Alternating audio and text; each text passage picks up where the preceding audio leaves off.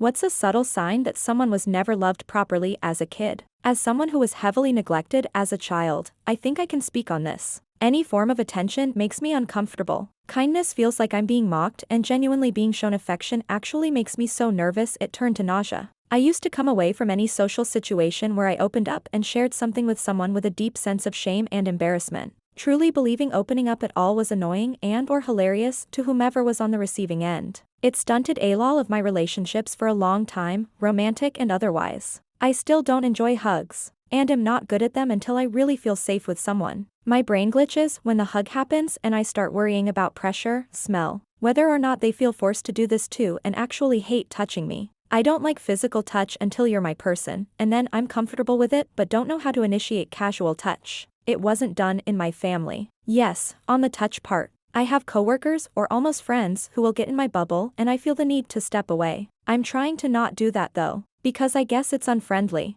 I also try not to ask too many questions about people's lives BC I feel like I'm being intrusive, but from watching others it seems that's a normal and expected part of conversation with people you're semi-close to. I avoid asking questions too. I was told it came across as nosy as a kid, but it seems to be genuine interest in real life. I assume if someone wants to tell me something, they will. I try to offer my own information to show that I'm safe to share with, but I'm learning that asking questions is a good way to show interest and also have to talk less. It genuinely didn't, and still doesn't, occur to me to ask PPL questions. Very weird in doctors' offices and job interviews, but also regular life. This is definitely something I experience. But for others who also experience this, do you also find yourself craving attention? Like, I always think that I want attention and approval, but as soon as I have it, I kind of hate it. It feels so uncomfortable, but I always feel like I want it. Not even in a self-destructive way. I just want people to notice that I've done something well or recognize talent that I have, even though I immediately reject it. All the time. My fiancé does her best to help me, but most days I just want to lay in a dark room and avoid the world. But I'm trying not to give up. I'm the same way, and honestly I don't know where it comes from. Neglect, abuse and trauma can alter the brain. We've essentially gone through so much that we're in a state of fight or flight. Healing helps. Therapy. Journaling to get out what you went through. It's what I've been doing. They think that everything they do or say might offend or hurt someone. When someone hurts them, they do not turn away from the person, but try to be good enough so that the other person treats them better. Welp, I'm taking this one to therapy with me. Ouch. Nice call out, but ouch. Learned the hard way that there's nothing you can do. People treat you how they want to treat you, and it's up to you to leave those that treat you terribly behind. I mean, what do they add to your life, partner, friend or family? They subconsciously seek out unhealthy relationship dynamics because it's what they're used to, and some people conflate familiarity with safety. I thrive in chaos because I grew up a foster kid in hell many couldn't imagine. It took years and years to realize I was choosing abusive men subconsciously. I don't plan on doing any more dating anytime soon, but when or if I do, I plan to not ignore a single red flag. Honest curiosity, is there a list somewhere? My people-pleasing to survive reflex is so much stronger than my leave my the heck alone instinct. Personal unofficial red flag item I never hear anyone talk about. Having been through a lot of therapy and now in a relationship that is a completely unfamiliar dynamic to me, aka healthy, the absolute number one sign of a bad fucking time ahead in a relationship for me personally is whether someone lets me sleep. Like, why is that so specific and also so strange? When I think about those behaviors, it hits almost everything on these red flag checklists. Some examples of how it shows up. Early relationship, getting called repeatedly, 5 to 50 times, very late or very early in the morning. Insisting on very late night dates on nights I have to be up in the morning. Insisting on sleeping in uncomfortable places or positions that prioritize their comfort and rest over mine, e.g. sharing a hammock. WTF. It always escalates from these seemingly little weird annoying moments of them being inconsiderate, into them picking fights before bed and we can't go to bed angry, physically waking me up or preventing me from sleep, or physically making the environment impossible to sleep in loud music. I'm sure there are other examples of unhealthy dynamics I'm overlooking, but the one constant across all my shitty relationships that shows up immediately has been if I'm allowed to sleep. Yes, my parents' abuse led me to a woman who was a narcissist and who after learning my abuse started using it against me. They apologize a lot, despite not needing to. To add to this, I want to say they also over-explain everything as if they need to justify their actions, as if they're automatically unreasonable. This carrot, I constantly do this. I'm also a chef. So it comes with the territory of the job. Having to explain the reasons I'm doing something differently before I get yelled at. Because it just saves us all stress at the end of the day. But I consistently feel like I need to explain myself because I'm so used to being wrong. Also, modern schooling is a frequent cause of this. Forcing kids to explain everything they do, as if you constantly need explanations for how you choose to live. Damn, I do both those things. Always apologizing and over-explaining. TIL Canada was never loved properly as a kid. I'm sorry, but as a Brit, I feel personally offended. I do this and I am 33. I try so hard to stop, but the idea of people being mad at me is worse. It's a compulsion. Try not to be too hard on yourself. Working on self-esteem and boundaries will help and make it easier. I seem to have developed the opposite disorder. I used to have the I'm sorry a disease. Now I overly thank people. Working on it. Damn, this one hits home. I never actually put those two together. Growing up, my parents never told me they loved me, and I longed for it, or even a hug. I used to envy other kids running to their parents and hug them. Now that I'm older, I'm constantly told by strangers and coworkers that I apologize too often. I never realized there's a connection. They seek love in the wrong places with the wrong people. Not fed from spoon, lick it from knives. Holy shit, that's real. Damn, that one cuts deep, pun intended. I saw this behavior in myself, so I put all the cutlery down. They act surprised when you listen to what they have to say. That's me. I'd get surprised and uncomfortable when my in-laws asked me to tell them about my research, dissertation, etc. I usually feel guilty and scared when I feel like I'm talking too much, but it was hard to explain my research in a few sentences. They genuinely didn't mind me talking, asked follow-up questions, and had interesting comments. After 5 years of being part of this awesome new family, I'm slowly learning to believe they really want to listen to me. Even after 7 years in a healthy, loving relationship, I am still surprised when others do it. I see two types. Type 1, they will often have anxiety and are apologetic for just existing. They don't trust their own decision-making skills. They tend to have more empathy and understanding and compassion. Although they will try their damn hardest to break the cycle, they will have to learn it on their own, and it shows through etiquette and a lot of mistakes. Type 2, a hardened exterior, deeply misunderstood and let down individuals with complex emotions, and you have to work hard to gain their trust. But boy, do they love you when you make it into their inner circle. Both are capable of reading you like a book. 3, a complete narcissist, incapable of being trustworthy/honest. I used to be one, but now I'm two. Stuff happened. Type 2, attention makes them very uncomfortable, positive or negative. They reject compliments, apologize a lot, over-explain, doesn't ask anyone for help. Imposter syndrome. My mom really loved me, but I think I'm like this from bullying. I get this, but I wasn't exactly bullied a lot at school. I had a fantastic mom, but a stepdad that I was terrified of. Tiptoed around the house for most of my childhood. Tried my hardest not to be seen. I genuinely believed I was good for nothing until I was around 27. Even now at 38, I can't accept hospitality for free. Hate receiving gifts and struggle to open up to people. Same with my dad. I still know how to open doors without sound. But as a result, I went initially into lack of self-esteem and I must prove myself overdrive combined with adolescent aggressiveness. Took me years to get rid of that. Although my career was stellar. Now in 46, I am still trying my best to iron out last vestiges, trying to be a better father to my son and so on. Mood. With my stepdad, right down to the tiptoeing and still having a tendency to open doors quietly at 41. When I was younger, I was constantly surprising my mother because she wouldn't hear me walking around and then she'd turn around and there I was. Main difference for me was instead of the I must prove myself mentality, I fell into a, well, if you're going to call me a lazy loser on a daily basis, might as well just lean into it and play my video games instead. I still open doors quietly and walk as silently as possible without being weird about it. Recognize people by the sound of their footsteps. Nearly forgot about all that. Glad things are working out for you. Worst thing you can do is continue the cycle. See, I used to feel this way about my mom. On paper she was extremely loving and nurturing. But as I've gotten older and become a mom myself, I have a different perspective. The parent who allows abuse to happen is a participant in the abuse. No matter how much I love my husband, if he was abusive in any form to our children, he would no longer have access to them. I'm not saying you should cut ties with your mother or have anger towards her. We all make mistakes. But recognizing this was the first step in truly healing from my childhood trauma. You need to be loved by more than just your parents as a child. MO. I had a single mom growing up, and I lived as an only child, and my mom genuinely loved and loves me. I was minorly bullied as a kid, but I homeschooled a large part of the time and went to private schools my mom worked/bartered at or went into debt to send me to the rest of the time, so I avoided a lot of bullying, but I'm learning how much of a toll poverty from a young age takes on the psyche, not to mention severe and constant anxiety since my earliest memories even. I had good grades when I was in a structured academic environment, and my mom was proud of me, although she never asked for report cards and just assumed I had straight A's at all times. But I dropped a ton of classes when I got to university, and I have never once felt good enough or adequate. This has all followed me into adulthood, and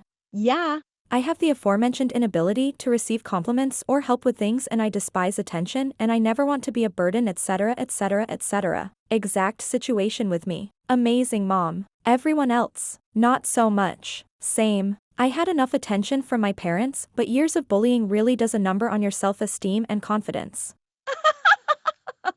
Jesus, I didn't expect to be called out at this time of night. This describes me perfectly, and I hit every one of these like I'm checking off a to-do list. WTF, man. If I wasn't in bed, I would say I need to sit down for a minute. You dropped this. Wow. I thought it was the autism, but apparently it's also all the childhood trauma. Well, I'm fucked. I annoy the fuck out of everyone with my constant apologies, because I'm deathly petrified of not being liked. Switching jobs now, and I think I'm going to try to not people please and not overshare or over-explain. If you were raised using neurotypical norms, then your childhood was traumatic. In a death by a 1,000 cuts kind of way. I'm ADHD, and in the 70s very few people knew ND girls could exist. Being clever and precocious and annoying as all get out with minimal social skills and massive executive dysfunction, I was just that weird know-it-all that asked even weirder questions. It's traumatic to grow up feeling like you can't even think the same way as everyone else does. And I personally think that if there's a child with an ND diagnosis, there's at least one high-masking parent with CPTSD. I hope not to scare you, but I also probably will. Deep breath for me every time I have gone into a job with that mentality. I have overdone everything and burn myself out. I overshare, I overextend myself at every possibility.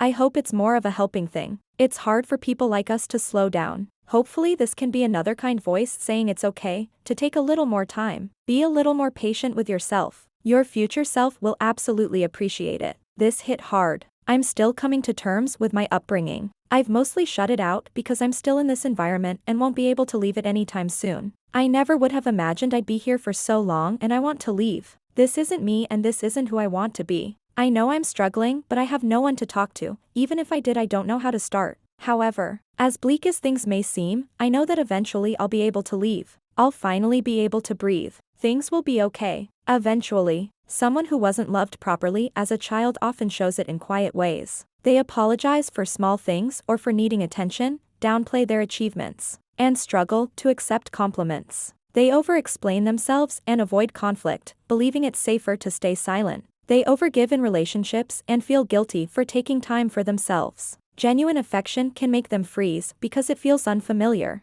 and they often rely only on themselves, having learned that needing others can lead to disappointment. Oh ouch, I'm in this, didn't expect it to hurt so much. This is so fucked how much this is me because my parents love and loved me so much. But I was bullied and an outcast in school, so they and some other good adults in my life were the only places I really got that sort of affirmation. And it was drowned out by the rejection of my peers. It's also possible for parents to love a kid, but it just not happen to be shown in ways that the kid needs. I know unequivocally that my parents love me, but they never ever showed physical affection to us or to each other. This, and other things, led to some pretty deeply held beliefs that I didn't matter. I found benefit from Pia Melody's book Facing Codependence. It's a little dated in some of the language, but not much. And it's not just about codependence like we talk about in romantic relationships, but as actual humans interacting and how kids need and interpret signals and how that leaves impacts into adulthood. Not saying this is your scenario, just sharing for the wider conversation. An often overlooked sign is a deep-seated inability to accept genuine kindness or help. As they feel unworthy of the attention or suspect there's always a hidden cost. Accepting help from someone makes me feel like I have a moral duty to them, and I'd have to pay them back somehow. That feeling is such a burden for me, and that's why I don't usually accept someone's help. It takes a lot of self-awareness to recognize and name that feeling. The fact that you can identify it as a moral duty is a huge step. For what it's worth, from the giver's side, genuine help is meant to be a gift, not a loan. Hidden cost, that one stings for sure. I was always made to feel that I was a huge burden and was damaging the family anytime I needed anything. Meanwhile, my stepsister was showered with praise and got everything she wanted, including unlimited support. That said, I'm 54 now, haven't had contact with any of them since my dad died about 10 years ago. I'd much rather be me than them. I can deal with pretty much anything, and I'm happy. I don't think they're capable of that either. Emotional signs, how they handle love and attachment. They expect love to end. Even in healthy relationships, they're half-braced for rejection. It feels safer to prepare for it than to trust stability. They crave reassurance but hate asking for it. They want to know they're cared for but fear being too much if they say so. They confuse peace with boredom. When someone loves them gently, it feels unfamiliar. They're used to earning affection through chaos or pain. They struggle to believe, "I love you." Words of affection make them anxious. They look for proof because words alone once meant nothing. They feel guilty when they're happy. Joy can feel undeserved, like they're betraying the version of themselves who had to survive on scraps of affection. Behavioral signs, how they move through life. They avoid depending on others. Asking for help feels shameful. They'd rather suffer silently than risk disappointment. They overperform to earn acceptance, whether it's at work or in friendships. They equate being useful with being lovable. They laugh off pain. Humor becomes armor, a way to keep people close without ever showing how much they actually hurt. They read a room before they enter it. They scan for danger, tension, or mood changes, a skill that came from surviving emotional unpredictability. They disappear when things get too good. Deep down, love feels temporary, so they subconsciously sabotage it before someone else can leave first. They expect love to end. Even in healthy relationships, they're half-braced for rejection. It feels safer to prepare for it than to trust stability. Yes, holy hell, I should not have kept on reading this post. This list checks all the boxes. Trying to hide their past and family. This. But then after years and years of therapy and talking it out now, it just comes out as if it's normal, until people look at you and you're like, oh. Yeah. That wasn't a normal, everyday experience. They can't accept any compliments. I feel people that never felt loved will either immediately deflect or make a joke out of it because deep down they don't believe good things about themselves. It feels like no matter what I do or how good I do it, it is never good enough for a compliment. And I am not a good enough person to receive a compliment. Despite having some achievements of their own, they do not fully enjoy them because they do not believe they deserve them. When something goes wrong or they make a mistake, no matter how small, they feel more guilt than they should. Asking for favors is too difficult for them because they think they will be annoying if they ask for help. It is difficult for them to recognize that they are good at something. Even if others see many positive things, the person will always see an error in each of them. Tolerate mistreatment and rationalize it. Apologizing a lot and feeling uncertain and doubtful in friendships and relationships. Overthinking potential scenarios that won't likely happen, but are thought of out of fear. They feel like they have to have something tangible to offer when inviting friends over to hang out. Not trusting that people will actually want to come over unless there's some sort of incentive. Want to come over? I have beer. The one I noticed was extreme self-reliance. I learned very early on that I could trust my parents for help. They either didn't want to, or told me it was my problem, or the help came with strings attached. Now it's insanely hard for me to rely on other people, unless it's my closest friends. Same issue here. I don't trust anyone fully, even my partner of 10 years. I don't ask for help and I do not offer any help anymore. As time goes by, I also cut people out of my life one by one because I feel that I have full control when I'm alone, and I also became pretty asocial. They associate harsh punishment, and sometimes pain, with love and care. They will try their best to fit in with whoever to feel accepted, even if it's unhealthy people or toxic people. They have a lack of loving themselves. They are overly judgmental towards others and themselves. They don't feel comfortable around people they love. They feel their voice has no meaning. They have a hard time making plans for themselves.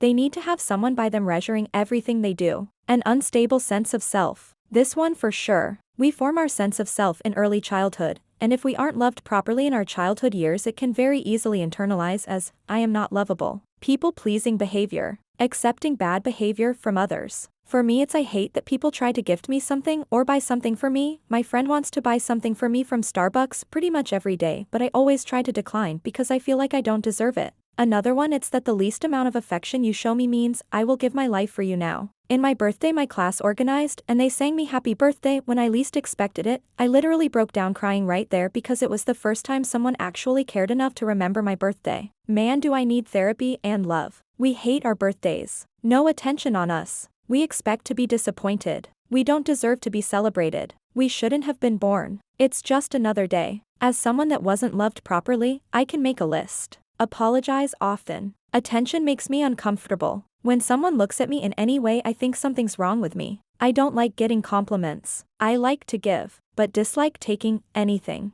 I want to do everything myself. When something is wrong, I don't talk about it. I rather stop being friends, change workplace, etc. I think I bother someone when I talk about what I like. Overthinking everything in life. If I do something with at least one more person, I ask many times if that activity or place is fine with them. Best case, they decide. I'm working on it, especially since I moved out from my parents last month. They don't like showing or receiving affection like hugs, etc. I used to hate hugs. Goodbyes gave me such anxiety because I did not want a hug. One day I just decided, fuck it. I'm going to be the one going in for the hug even if it makes me uncomfortable. I don't hesitate now. Family, friends, boyfriend's family, I just go for the hug. They've all hugged me first before, so I know they're okay with it. It still feels awkward, but notably less so. I don't like how everyone in the comment section is describing things I struggle with. They apologize before they even speak. This comment section is not reassuring. Definitely people pleasing. Allow other people to take credit and don't fight back when an injustice happens. There isn't any point since you are going to lose anyhow. One thing that has been pointed out to me recently is my inability to ask for help.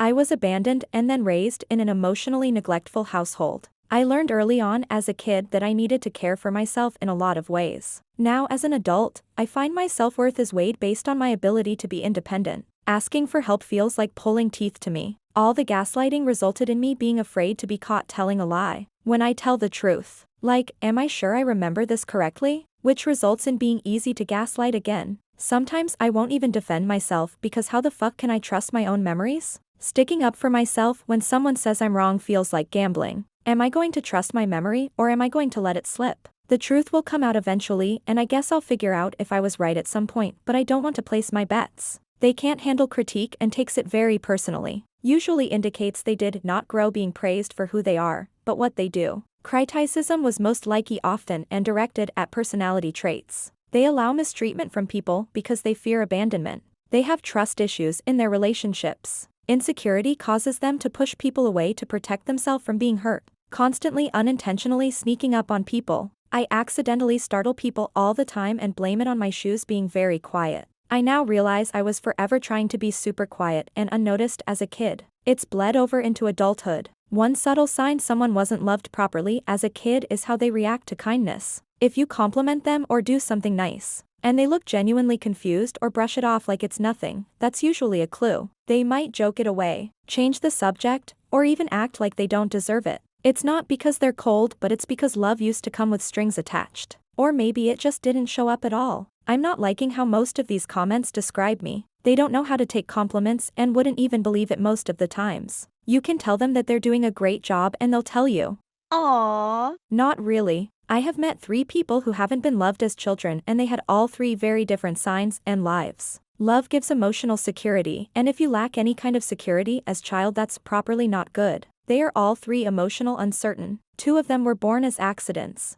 Their mothers told them and made them feel like they ruined their life. One of them is careful who to trust and apologizes a lot out of fear to step on the wrong foot and lose someone they like. They do not take any risks. They never ask for anything even when they need help, but she did slowly learn how to love herself because she never did this and always thought it is her fault, never leaving toxic friendships. The other one does not take any risks either and is very arrogant and needy. She feels entitled to her partner's love and clings on to everybody who shows a little bit of affection. It is really sad to witness. She hides her true feelings because she thinks they are unwanted, but she thinks everyone can read them and should tend to them. And when her mother needs something from her, she would break every wall to do what that woman wants because she still hopes for that love. Since her much younger sibling got that love, the third loves taking risks and is a gambler. They put themselves always first and thinks they are the best in everything, draining other people's energy and love like a vampire. Takes your self-worth down but tells you, "I appreciate you, no one else does." So you are bound to them because they fear nothing more than losing someone.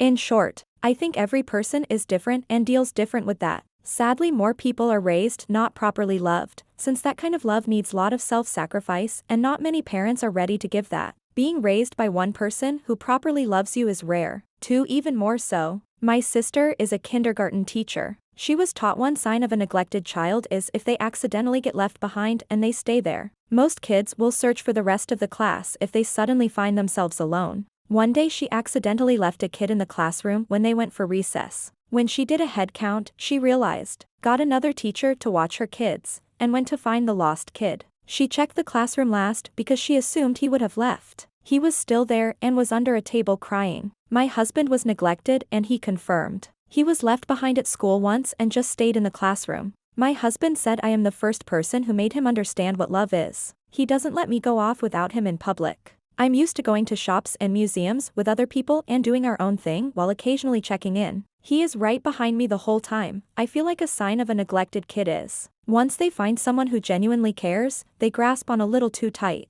They try to remain as invisible as possible. They get excited if you call them as part of a group thing. They have problems making new friends, especially opposite sex. They would bend over backwards to do anything you want. They never initiate any idea or conversation and just go with flow. They mostly live alone or have bare interaction with roommate. Source, me. They have dismissive avoidant tendencies. They refuse help from people who love them and see it as some moral failure. They treat minor kindness like a priceless gift. Someone buys them coffee and they remember it for years. Because basic decency feels extraordinary when you've never known it. They can't just say, thank you, to a compliment. You, hey, cool shirt.